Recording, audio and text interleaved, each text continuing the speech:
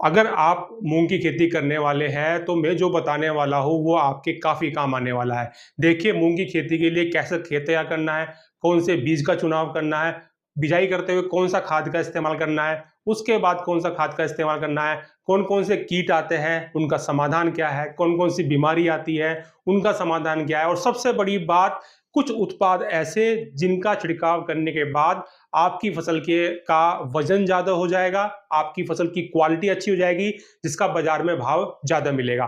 तो मैं विकास चौधरी आपका स्वागत करता हूं इस वीडियो के अंदर, और आज हम बात करेंगे वैज्ञानिक खेती से कैसे आप मूंग की अच्छी पैदावार ले सकते हो। देखिए, मूंग की अगर खेती करने वाले हो तो सबसे पहले इसका समय है, समय की बात करेंगे हम। देखिए, समय की बात करेंगे तो समय का इसका 15 मार्च से लेके 15 अप्रैल का जो समय होता है सबसे बेस्ट समय होता है इसकी बिजाई के लिए, अनुकूल समय होता है बीज अंकुरण के लिए।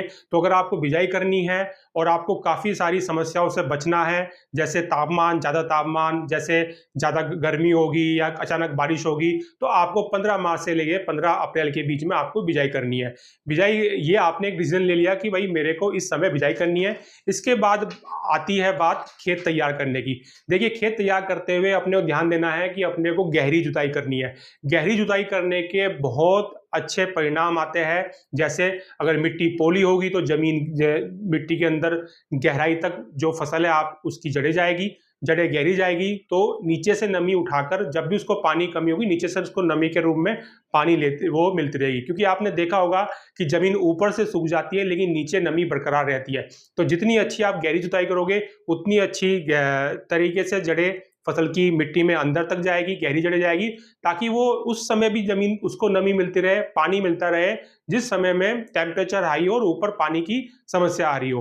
तो ये गहरी जुताई करनी है। गहरी जुताई करने का एक परिणाम और आता है कि आपके खरपतवार कम उगते हैं गहरी जुताई करने से, और मिट्टी की एक संरचना बदल जाती है। यानी कि जो आपने फसल लगाई है उसमें जो ऊपर की तरफ जो न्यूट्रिशन की कमी आ चुकी थी पुरानी फसल से, अगर आप मिट्टी पलटते हो, गहरी जुताई करते हो, अच्छी तरीके से खेत तैयार करते हो, तो वो समस्या आपका समाधान मिल जाएगा। यानी कि जो पूरी मिट्टी एक तरीके से पलट के और अच्छे तरीके से हर न्यूट्रिशन हर जगह पहुंच जाएगा, ताकि आपको पैदावार अच्छे से ले सको, ये आपको मदद मिलेगी।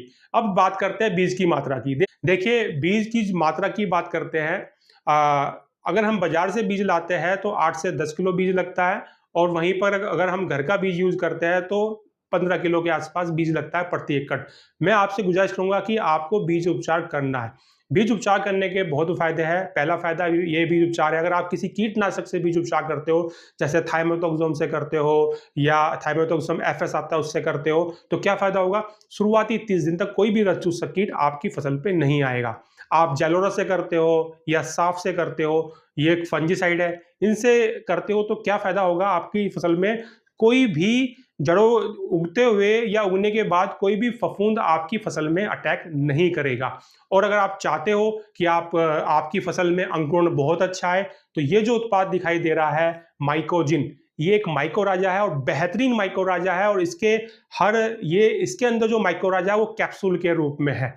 ठीक है, तो मैं यानी क्या हुआ कि आपका माइकोराजा कैप्सूल के अंदर है। अगर आप उसको किसी कीटनाशक के साथ या किसी फफूंदनाशक के साथ भी मिलाकर आप उसका इस्तेमाल करते हो इस उत्पाद का, तो कोई भी फर्क इस माइक्रोराजा पे नहीं पड़ेगा।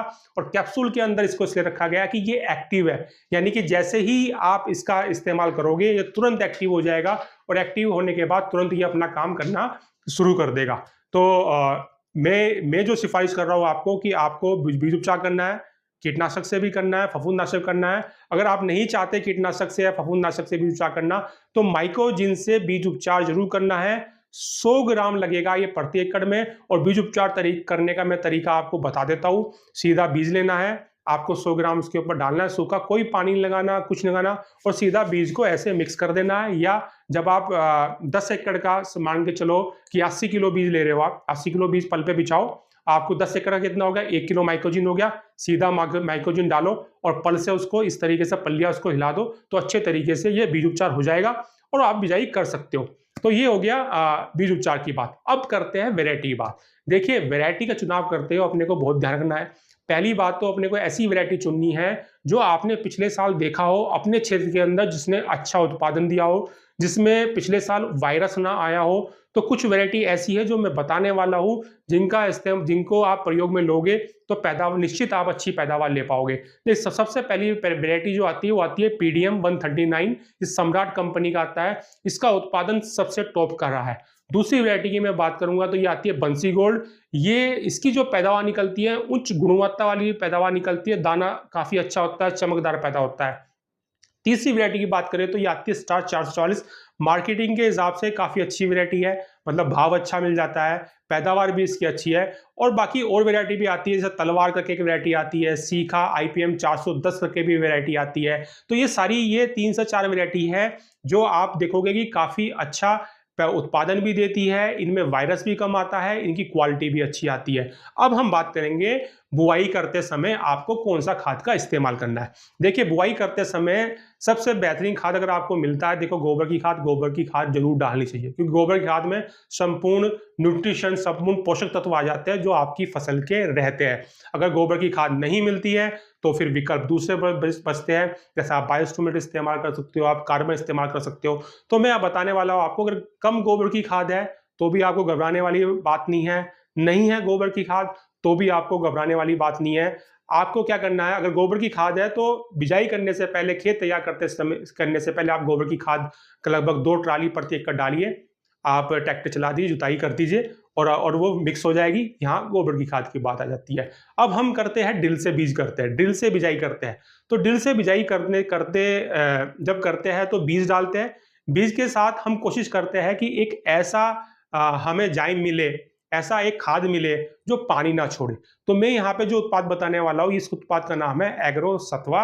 ये उत्पाद जाएगा 5 किलो प्रति एकड़। तो जब आप ड्रिल के मशीन के अंदर आप डाल रहे हो, एग्रो सत्वा डाल रहे हो, आप बीज डाल रहे हो, तो बीज के साथ आप 5 किलो एग्रो सत्वा डालो, ठीक है, और डाल के आप बिजाई कर सकते हो। तो ये पानी नहीं छोड़ेगा। क्यों नहीं पानी छोड़ेगा? क्योंकि एक यूरिया के साथ या DAP के साथ मिलके पानी नहीं छोड़ता, जैसे दूसरे जाइम छोड़ देते हैं, ठीक है। और वहां पे बिजाई के साथ आपको लेना है 50 किलो DAP। 50 किलो DAP हो जाएगा, 5 किलो एग्रो सत्वा हो जाएगा, और उसके साथ आपका बीज हो जाएगा। और बीज उपचार आपने किससे किया? माइकोजिन से किया। माइकोजिन के साथ उससे पहले आपने कोई भी मिक्स वाले जो बीज उपचार वाले आते हैं, उनसे आपने माइकोजिन से उनसे बीज उपचार किया, जिसमें से थाइफ्लुवेट मिथाइल आता है, थाइफ्लुवेट तो FS करके आता है। तो ये उनसे बीज उपचार किया आपने, माइकोजिन से बीज उपचार किया आपने, और आपने 50 किलो DAP लिया, आपने 5 किलो एग्रो सत्वा लिया, और आपने जो भी कितना घर का बीज ले रहे हो तो 15 किलो, और बाहर का बीज ले रहे हो तो 8 से 10 किलो आपको बीज लेना, और आपको बिजाई कर देनी है। अब कई बार समस्या आती है यहाँ पे कि आपको DAP नहीं मिलती है। अगर DAP नहीं मिल रही है तो आपको सिंगल सुपर फॉस्फेट लेना है, और सिंगल सुपर फॉस्फेट का 1 बैग लेना है, और साथ में आपको ये क्षमता पोली लेके आना है 1 लीटर। और आपको क्या करना है, 1 बैग शाम को बिजाई से 1 दिन पहले आपको पल्ली पे जो भी SSP है वो खोल देना है कट्टा उसका। उसके ऊपर प्रति एकड़ 1 बैग SSP का और 1 बैग समता पोली का। समता पोली 1 लीटर उस 1 बैग पे छिड़काव करना है, फुहारे छिड़काव करना है। वो दाना जो भी SSP का दाना होगा उसको सोख लेगा, और अगले दिन आप बिजाई कर दोगे तो आप पाओगे कि जो आपका DAP का 50 किलो है उससे कहीं ज्यादा ताकत ये समता पोली और SSP जो मिलके कहीं ज्यादा ताकत देगी आपकी फसल को। तो दूसरी बात क्या है कि जमीन से अपने को यूरिया नहीं देना। मुख्य बात है, जमीन से अपने को यूरिया नहीं देना, और ना ही यूरिया का अपने को बाद में स्प्रे करना है, ना ही यूरिया अपने को डालना है, ठीक है। क्यों नहीं डालना? क्योंकि जो उड़द की जो फसल होती है या मूंग की फसल होती है, इसमें राइजोबियम की गांठ बनती है, और वे गांठे का आपको पता ही है कि यूरिया फिक्सेशन होता है, यूरिया गांठों में यूरिया को एकत्रित करती है। तो अगर आप यूरिया डाल दोगे तो उस पौधे को समझ में आएगा ये कि भाई यहाँ पे यूरिया पहले से ही मिल रहा है, तो वो गांठें कम बनेगी, जिसका आपकी फसल में नुकसान ज्यादा होगा जब फलियों में दाना बनेगा। तो यूरिया जमीन से भी डालना आपको, यूरिया बाद में भी डालना आपको। यूरिया का आप छिड़काव कर सकते हो, वो भी बाद में, पहला छिड़काव दूसरे छिड़काव में आप यूरिया का इस्तेमाल कर सकते हो। वो कैसे कर सकते हो मैं आपको बताऊंगा आगे। तो ये जो अभी मैंने बताया आपको भाई कौन सी बीज लेना है और कौन सा खाद बिजाई करते हुए कौन से खादों का इस्तेमाल करना है। अब आगे बढ़ते हैं। अब बात करते हैं हम सिंचाई की। देखिए, सिंचाई फसल में बहुत महत्वपूर्ण है। एक सिंचाई तो हम बिजाई करने के बाद तुरंत हम पानी लगाते हैं ताकि अंकुरण हो जाए और अच्छे तरीके से जर्मिनेशन हो जाए। दूसरा, फूल आते समय और दाना बढ़ते समय अपने को सिंचाई जरूर करनी है, क्योंकि उस वक्त सिंचाई होगी तो नमी ज़्यादा जाएगी, तो नमी के साथ सारे पोषक तत्व पौधे तक ऊपर तक जाएंगे, जिससे दाना अच्छा बैठेगा, वजनदार बैठेगा, अच्छी क्वालिटी वाला बैठेगा। यहाँ पे बात करेंगे अब खरपतवारनाशक की। जैसे ही बिजाई करो आप, बिजाई करने के 24 घंटे के अंदर अंदर आपको, जब खेत में नमी हो तो 24 घंटे के अंदर अंदर नमी वाले खेत के अंदर आपको वेलोर 32 800 ml प्रति एकड़ के हिसाब से आपको छिड़काव करना है। ये BASF कंपनी का आता है और काफी अच्छा उत्पाद है। ये चौड़ी पत्ती वाले खरपतवार और लंबी पत्ती वाले खरपतवारों को, दोनों को ये नियंत्रित करता है। तो ये बिजाई करने के 24 घंटे के अंदर अंदर 800 ml वेलोर 32 का आपको इस्तेमाल करना है। अब ये जो आपने खरपतवारनाशक इस्तेमाल कर दिया, बाद में भी जब खड़ी फसल के अंदर भी खरपतवार काफी आ जाते हैं, कई बार कंट्रोल नहीं होते या हम शुरुआत में स्प्रे नहीं कर पाते, तो उस समय यूपीएल कंपनी का आयरिस या स्वाल कंपनी का पटेला, ये 2 उत्पाद आते हैं। आप इनका छिड़काव करके भी खरपतवारों को खत्म कर सकते हो अपनी फसल के अंदर। और आप जानते हैं खरपतवार रहते हैं तो आपकी फसल का भोजन वे लेते हैं, तो खरपतवारों से मुक्ति लेने के लिए आपको क्या करना है, आपको शुरुआत में बिजाई के 24 घंटे के तुरंत बाद आपको वेलोर 32 लेना है। और उसके बाद आपको, अगर खड़ी फसल में यानी 40-50 दिन की फसल में, अगर 65 दिन की फसल के अंदर अगर फूल आने से पहले अगर खरपतवार उग रहे हैं, तो आपको यूपीएल का आयरिस या स्वाल का पटेला का आपको छिड़काव करना है खरपतवार खत्म करने के लिए। और देखिए, अब बात करेंगे हम कीट नियंत्रण की और वायरस नियंत्रण के लिए। वायरस, आपको पता है, वायरस फैलाने का काम करता है सफेद मच्छर, यानी कि एक बीमार पौधे को चूस के जब वो स्वस्थ पौधे को चूसेगा तो उसके साथ वो बीमार पौधे का वायरस वो स्वस्थ पौधे में ले जाता है। तो अपने को 15 से 18 दिन, 30 से 35 दिन और 45 से 50 दिन, ये 3 स्प्रे अपने जरूर करने हैं। पहले स्प्रे के अंदर अपने को एक बढ़िया लेना है एक फंजीसाइड। जिस फंजीसाइड की बात करें तो एंट्राकोल या पोलीराम या एम्पेंथल्स, इन तीनों में से एक उत्पाद। साथ में लेना है अपने को लांसर गोल्ड। लांसर गोल्ड में आप पता ही है, आपको एसीफेट है और इमिडा है, साथ में लेना है अपना लांसर गोल्ड। और साथ में लेना है अपने को एग्रो सत्वा प्लस, जिसपे ये हाथी वाला निशान है, ये हाथी दिखाई दे रहा होगा, ये एग्रो सत्वा प्लस लेना है अपने को 400 ml। तो पहले इसमें कौन से प्रोडक्ट लेने हैं अपने को? पहला प्रोडक्ट लेना है अपने को एंट्राकोल, एम्पेंथालिस, पोलीराम में से एक, क्योंकि इनके अंदर जिंक है, ये कॉन्टैक्ट फफूंदनाशक है। दूसरा प्रोडक्ट लेना है अपने को लांसर गोल्ड, सफेद मच्छर के लिए, तेले के लिए, एफिड के लिए। और तीसरा प्रोडक्ट लेना है अपने को एग्रो सत्वा, 400 ml प्रति एकड़। ये अगर आपने छिड़काव कर दिया तो आप शुरुआत से ही आपकी फसल में आप रोग मुक्त कर लोगे, आप कीट मुक्त कर लोगे, आप और एक ऐसा ताकतवर आप उत्पाद दोगे एग्रो सत्वा के रूप में, जो शुरुआत से आपकी फसल को हष्ट पुष्ट लेके चलेगा। ताकत शुरुआत से आपको लगेगा कि भाई ये फसल मेरे को भरपूर ताकत देने वाली है। दूसरा स्प्रे की बात करते हैं जो 30 से 35 दिन में होगा। ये स्प्रे में अपने को देखो वायरस की भी दिक्कत आने लगती है, थोड़ी बीमारियां अलग बढ़ने लगती है, इल्ली का भी अटैक होने लगता है, तो यहाँ और फूलों की शुरुआत भी होने लगती है। तो यहाँ पे मैं सिफारिश करूंगा आपको कि यहाँ पे आपको लेना है रोको, बायोस्टेट कंपनी का रोको आएगा, थाइफ्लोट मिथाइल करके आएगा। साथ में आपको लेना है इमामेक्टिन बेंजोएट, जो प्रोक्लेम वाला है, इल्ली मारता है, वो लेना पड़ेगा। और साथ में फल फूलों के लिए सबसे बेस्ट प्रोडक्ट है जो एग्रोपूर्णा, वो लेना पड़ेगा 400 ml प्रति एकड़। तो रोको हो गया, इमामेक्टिन बेंजोएट यानी प्रोक्लेम हो गया, और एग्रोपूर्णा हो गया। तो रोको क्या करेगा? काफी सारी बीमारियों को कंट्रोल करेगा। साथ में जब आप ऊपर छिड़काव करते हो तो रोको एक ऐसा है जो जड़ों से संबंधित बीमारियों को भी कंट्रोल करता है। तो 2 तरह की बीमारियों को रोको कंट्रोल करेगा। उसके बाद आप इसके अंदर मैंने क्या मिलवाया आपको? इमामेक्टिन मिलवाया। इमामेक्टिन एक काफी अच्छा इंसेक्टिसाइड है, कोई भी हार्मफुल या कोई भी ऐसा प्रभाव नहीं छोड़ता फसल में जिससे फसल को झुलस जाए फसल या कोई दिक्कत आए। ठीक है, मित्र कीटों को कुछ नहीं कहता, और इल्ली के लिए बहुत अच्छा विकल्प है। तो इमामेक्टिन हो गया। और फल फूल के लिए मैं सिफारिश करूंगा आपको कि कोई भी फल फूल के लिए कोई और दवा डालने की जरूरत नहीं, कोई और खाद डालने की जरूरत नहीं, आपको डालना है ये जेंक्रिस्ट कंपनी का एग्रोपूर्णा। आपके नजदीक बाजार में ये सब जगह मिलेगा, नहीं मिलता है तो आप मेरे को मैसेज करना, मैं आपको उपलब्ध करवा दूंगा। तो एग्रोपूर्णा 400 ml। एग्रोपूर्णा क्या है? ये एक ऑर्गेनिक और एक रासायनिक खादों का एक संतुलित एक उत्पाद है, जिसमें आपको जिंक भी मिलेगा, मैग्नीज भी मिलेगा, बोरोन भी मिलेगा, मोलिब्डेनम भी मिलेगा, फेरस भी मिलेगा। ठीक है, और साथ में वे सब रखे गए हैं एक ऑर्गेनिक रूप के खाद के रूप में। तो बहुत अच्छा उत्पाद है। जिस कंपनी का एग्रो सत्वा आता है उसी कंपनी का ये एग्रोपूर्णा आता है। तो फूल के लिए किसी और उत्पाद पे जाने की जरूरत नहीं है। आपको सीधा एग्रोपूर्णा इस्तेमाल करना है 30 से 35 दिन की, जब आपकी फसल हो। अब बात आती है 40 से 45 दिन की फसल। देखिए 40 से 45 दिन की फसल के अंदर अपने को एक बहुत अच्छा फफूंदनाशक चाहिए, साथ में एक अच्छा कीटनाशक चाहिए, और साथ में एक ऐसा उत्पाद चाहिए जो दाने में वजन बढ़ा दे, दाने की शाइनिंग बढ़ा दे और आपकी पैदावार बढ़ा दे। तो सबसे पहले फंजीसाइड की बात करेंगे तो मैं सिफारिश करूंगा कि आप संविधान लाओ, क्योंकि इसके अंदर टैबुकोनाजोल और सल्फर है। सल्फर रहेगा तो ऑटोमेटिकली नाइट्रोजन का अपडेट होता रहेगा पौधे में, और टैबुकोनाजोल रहेगा तो रस्ट की समस्या, एंथ्रेक्नोज की समस्या, लीफ स्पॉट की समस्या, ये सब खत्म हो जाएगी। तो यहाँ पे आपको सवादीन, जिसमें टैबुकोनाजोल और सल्फर आता है, प्लस साथ में यहाँ पे लेना है आपको पेलोथ्रा, जो अदामा कंपनी का आता है। ऐसा कीटनाशक लेना है जो 2 प्रकार की इल्लियों पे काम करे, जैसे एक हिलियोतिस पे भी करे, हरी इल्ली पे भी करे, और एक तमाकू सुंडी या काली इल्ली पे भी करे। तो ऐसा उत्पाद अपने लेना है। तो मैं कहूंगा कि आप पेलोथ्रा ले लो, ठीक है, सेकंड स्प्रे में, थर्ड स्प्रे में, और साथ में आपको लेना है यहाँ पे समता केटीएस, जिसके अंदर पोटास है और जिसके अंदर सल्फर है और पोटेशियम थायोसल्फेट है। यहाँ पे बहुत सारे किसान हैं जो 0050 करते हैं। देखिए 0050 के अंदर वो एकदम से वो सल्फर रिलीज होती है, वो इम्पैक्ट डाल सकती है, लेकिन जो समता केटीएस का जो अंदर जो सल्फर है वो थायोसल्फेट के रूप में डेली धीरे धीरे धीरे निकलती है,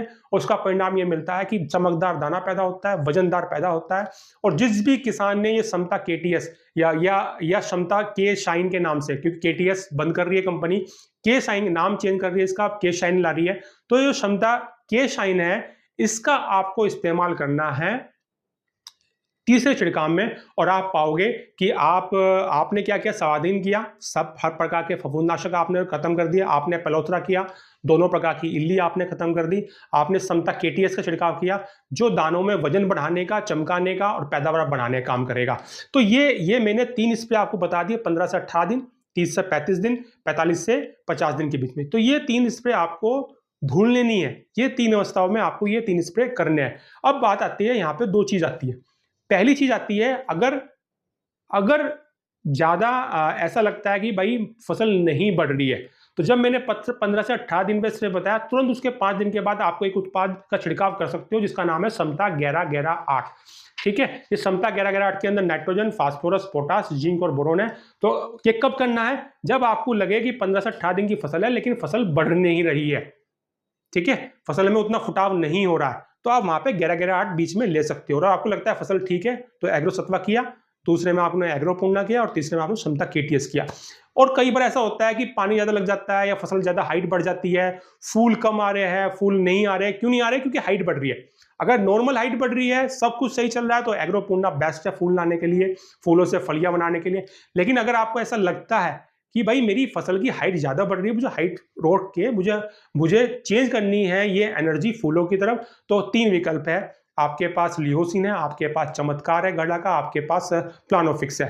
लियोसिन का जो डोज रहेगा 15 ml 15 लीटर पानी में रहेगा, चमत्कार का भी 15 ml 15 पानी में रहेगा, और जो प्लानोफिक्स है उसका जो भी डोज जो रहेगा वो 5 ml रहेगा प्रति 15 लीटर पानी के हिसाब से। तो इस तरीके से आप ये तीनों पीजीआर है, ये कब करने हैं, जब फसल आपकी ज्यादा हाइट ले रही हो, ठीक है, फूल आपको लगता हो कि फूल नहीं आएंगे, तब जाके आपको ये प्रोडक्ट का इस्तेमाल करना है। तो इस पूरी वीडियो के अंदर मैंने आपको बताया कि कैसे आपको बीज उपचार करना है, कैसे आपको खेत तैयार करना है, कौन सी बीजों का आपको चुनाव करना है, पहला छिड़काव किसका करना है, दूसरा छिड़काव किसका करना है, तीसरा छिड़काव किस उत्पादों करना है। तो अगर आप इस तरीके से आप मूंग की फसल में या उड़द की फसल में भी सेम तरीका आप अपना सकते हो, तो आप इजीली अपने इलाके में सबसे ज्यादा पैदावार ले सकते हो, और सबसे उच्च क्वालिटी वाली आप पैदावार ले सकते हो, और अच्छा मुनाफा आप पा सकते हो। जानकारी आपको कैसी लगी, अच्छी लगी तो